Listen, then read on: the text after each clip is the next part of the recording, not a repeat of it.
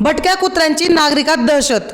पुण्यातील नगर रोड क्षेत्रीय कार्यालयाच्या हद्दीत भटक्या कुत्र्यांची संख्या वाढली आहे। लहान मुले व नागरिकांना या कुत्र्यांनी चावा घेतल्याच्या घटना देखील घडत आहेत। यामुळे नागरिकांमध्ये या कुत्र्यांची दहशत पसरली आहे। शहर व उपनगरात या भटक्या कुत्र्यांची संख्या वाढली आहे। नागरिकांकडून कचऱ्यामध्ये शिळे अन्न टाकले जाते, यामुळे कचऱ्याच्या परिसरामध्ये या कुत्र्यांचा वावर वाढत आहे।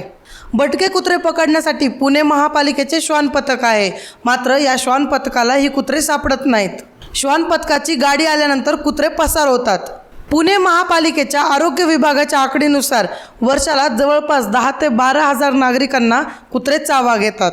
पुणे महापालिकेने वर्षभरात 7 ते 8 हजार कुत्र्यांवर नसबंदीची शस्त्रक्रिया करण्याचे उद्दिष्ट ठेवले आहे।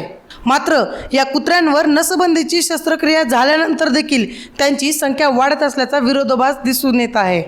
शहरात बहुतांश ठिकाणी हे चित्र दिसून येत आहे। हे कुत्रे वाहनांचा पाठलाग करतात, पादचाऱ्यांच्या अंगावर धावून जातात। अनेकदा रात्रीच्या वेळी रस्त्यावरून जात असलेल्या नागरिकांना हे कुत्रे त्रास देतात, लहान मुलांवर देखील हल्ला करतात। या भटक्या कुत्र्यांबाबत पुणे महापालिकेच्या ऑनलाईन पोर्टलवर सातत्याने तक्रारी केल्या जात आहेत, मात्र या कुत्र्यांचा काही बंदोबस्त केला जात नाही। तसेच श्वान पथकाचे कर्मचारी कुत्रे पकडायला आल्यास श्वानप्रेमी त्यांना विरोध करत असल्याचे नागरिकांनी सांगितले। मित्रांनो, या सर्व प्रकरणावर आपली काय प्रतिक्रिया आहे ते कमेंट करून नक्की कळवा। मी प्रगती कराड बातमी टीव्हीच्या माध्यमातून आपल्यासाठी विविध मुद्द्यांची माहिती घेऊन येत राहणार आहे। तरी ही माहिती जाणून घेण्यासाठी आपल्या बातमी टीव्ही या यूट्यूब चॅनलला सबस्क्राईब करा आणि व्हिडिओला जास्तीत जास्त शेअर करा। धन्यवाद।